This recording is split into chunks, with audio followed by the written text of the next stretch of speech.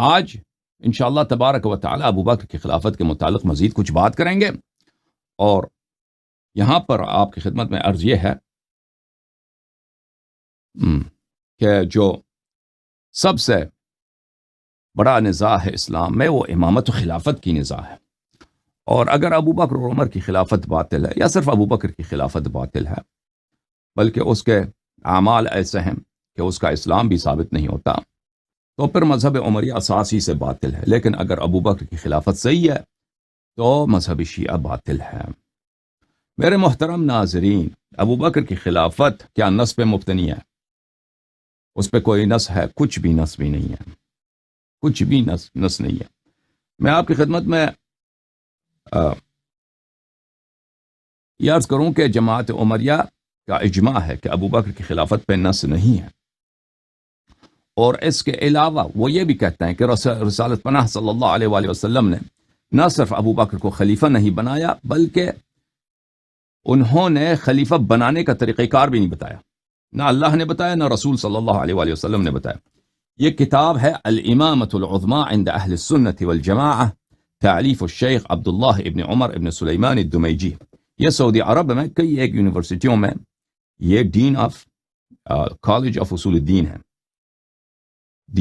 Dean of college of اصول الدین and دعوہ الاسلامیہ، یہ کئی یونیورسٹیوں میں، اور بہت ہی سینئر عالم ہے سعودی عرب میں، اور کٹر وہابی شیعوں کا دشمن، اور جو آپ کی جہادی جو تنظیمیں ہیں داعش اور القاعدہ وغیرہ، وہ یہ ان کے افکار سے کافی متاثر ہیں، یہ شیخ عبداللہ ابن عمر ابن سلیمان الدمیجی۔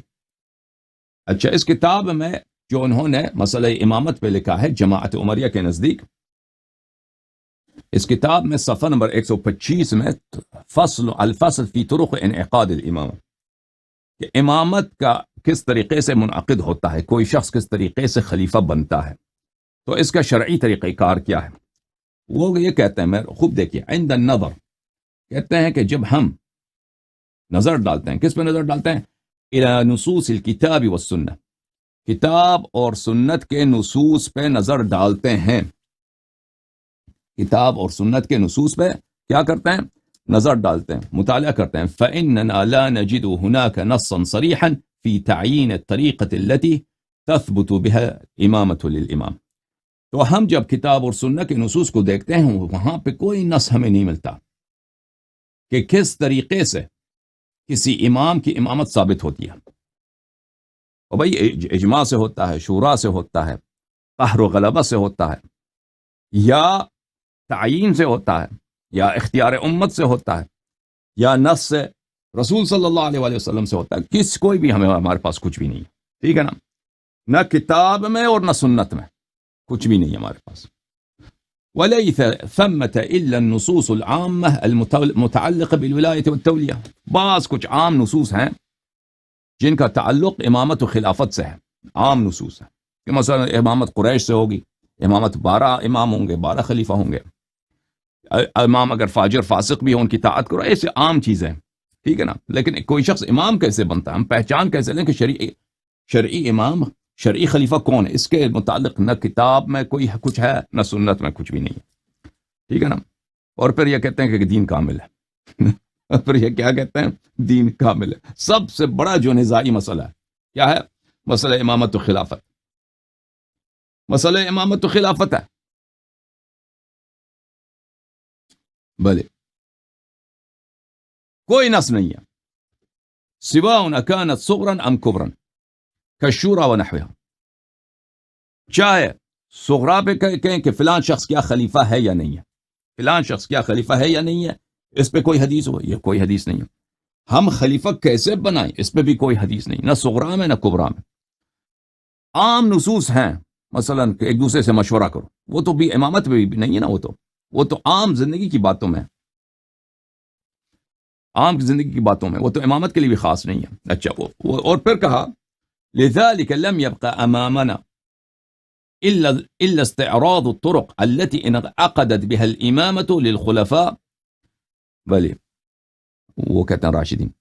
اچھا، کہتا ہے تو پھر جب کتاب میں کچھ بھی نہیں ہے، سنت میں بھی نہیں ہے، تو پھر ہم یہی دیکھیں گے کہ خلفاء راشدین کیسے خلیفہ بنے، خلفائے راشدین کیسے خلیفہ بنے؟ ہم کہیں گے وہی شرعیہ، ٹھیک ہے نا؟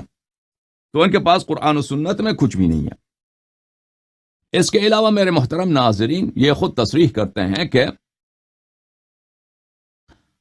ابو بکر کی خلافت پہ کوئی نص نہیں ہے، ابو بکر کی خلافت پہ کوئی نص نہیں ہے، بلکہ ان کا اجماع ہے۔ ملاحظہ فرمائیے کتاب غایت المرام فی علم کلام لسیف العامدی، چھپی یہ کتاب بلے جمہوریہ عربیہ المتحدہ یعنی سوریہ اور مصر میں، شام اور مصر میں، جو انہوں نے 1970 کی دہائی میں انہوں نے ایک یونائٹڈ ریپبلک بنایا تھا ان لوگوں نے۔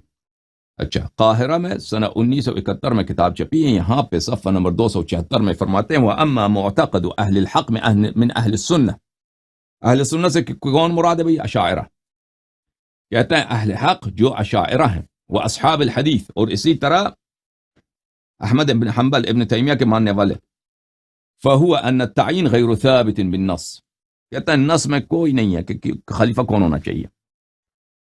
بس کیسے خلیفہ بنے گا؟ بالاختیار، امت خود خلیفہ بنائے گی، اور یہ کہ امت خود خلیفہ بنائے گی یہ بھی اس کی بھی کوئی نص نہیں ہے، ٹھیک ہے نا؟ نص بس کچھ بھی نہیں ہے۔ الحسام المسلول على منتقصی اصحاب الرسول صلی اللہ علیہ وآلہ وسلم، محمد ابن عمر الحضرمی، یہ کتاب اس نے لکھا ہے شیعوں کے رد پہ، یہ شیعہ صحابہ کو برا بلا کہتے ہیں، ہم ان کے رد پہ لکھتے ہیں۔ یہ کتاب مؤلف کا وفات سنہ 930 میں، یہاں پر کہتے ہیں صفحہ نمبر 55 میں وَقَدْ انعقد الْإِجْمَاعُ عَلَىٰ أَنَّهُ صلی اللہ علیہ وآلہ وسلم لم ينص لأمته على استخلاف أحد معین، کہتے ہیں ہمارا اجماع ہے۔ کس کا اجماع ہے؟ فرقہ عمریہ کا اجماع ہے، اور یہ ان کی فسق کی دلیل ہے۔ ابھی میں بتاتا ہوں کیسے فسق کی دلیل ہے۔ کہتے ہیں ہماری اجماع ہے کہ رسول اللہ صلی اللہ علیہ وآلہ وسلم نے لم ینص، انہوں نے کوئی نص نہیں فرمایا اپنے امت کے لیے کہ علی استخلاف احد معین، کہ کوئی ایک خاص شخص ان کے بعد ان کا ولی ہو، ان کا وصی ہو، ان کا خلیفہ ہو۔ فرقہ عمریہ نے اجماع کیا، ان کے علماء نے اجماع کیا، اگر کوئی شخص بھی خلاف القرآن خلاف السنہ عقیدہ رکھے وہ کیا ہوتا ہے؟ کفر ہوتا ہے بھائی۔ بالخصوص اگر ایک فرقہ وہ صاحب کے سب آ کے اجماع کریں کہ ہم مخالفت کریں گے رسول اللہ صلی اللہ علیہ وسلم پر۔ ابھی آئے گا انشاءاللہ تبارک و تعالی، میں آپ کے خدمت میں بتاؤں گا کہ نصوص صریحہ امامت علی علیہ السلام سید المسلمین قائد الغر المحجلین امیر المؤمنین سلام اللہ علیہ، اور اہل بیت طاہرین علیہم السلام کے ائمہ ابرار علیہم السلام پر نصوص ان کے ہاں متواتر ہیں، اور ان کے علماء نے تصریح کیا۔ اس کے باوجود جب امامت کی بحث کو چھیڑتے ہیں تو کہتے ہیں اجماع، ہماری اجماع کے کسی پہ نص نہیں کیا۔ تو یہ ہے کہ نا کہ حدیث کو چھپاؤ، حدیث کو نظر انداز کرو، حدیث کے موافق کلام رسول اور کلام اللہ کے مخالف صلی اللہ علیہ وآلہ وسلم تم اجماع رکھو، یہ تو کفر کی دلیل ہے۔ یہ کتاب شرح المواقف تالیف بلے اس کی جو مواقف کی جو متن ہے قاضی عضد الایجی کی ہے، اور اس کی جو شرح ہے میر سید شریف الجرجانی کی ہے، اور یہ دونوں اشاعرہ کے بہت بلند ترین علماء میں سے ہیں۔ اور اسی طرح ماتوریدیہ، کیونکہ ماتوریدیہ کے پاس کوئی علم کلام تو ہے نہیں، وہ اکثر مسائل میں مقلد ہیں کن کے؟ اشاعرہ کے، اور عیال ہیں اشاعرہ پر، سوائے 2-3 بہت ہی کم مسائل پر، باقی وہ سب اسی اشاعرہ کے دلائل پر، ان کے استدلالات پہ وہ اعتماد کرتے ہیں۔ تو یہ نہایت ہی علم عقائد میں اشاعرہ اور ماتوریدیہ کی نہایت ہی قیمتی کتاب ہے، کتاب شرح مواقف۔ اچھا، یہ کتاب چھپی ہے دارالکتب العلمیہ میں، اور یہ اس کی جز نمبر 8 ہے۔ یہاں پر صفحہ نمبر 385 میں المقصد الرابع الامام بعد رسول اللہ صلی اللہ علیہ وآلہ وسلم میں فرماتے ہیں، کہتے ہیں الامام الحق، جو صحیح امام ہے بعد الرسول صلی اللہ علیہ وآلہ وسلم، ہوا عندنا ابو بکر، ہمارے نزدیک امام حق کون ہے؟ ابو بکر۔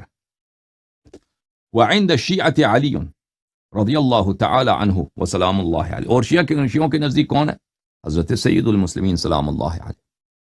لنا وجہان، کہتے ہیں ہمارے پاس 2 دلیل ہیں کہ ابو بکر خلیفہ ہے، خلیفہ اول ہے، امیر المؤمنین علیہ السلام خلیفہ اول نہیں ہے۔ شیعوں کا عقیدہ باطل ہے، ہمارے پاس 2 دلیل ہے۔ دلیل اول کیا ہے؟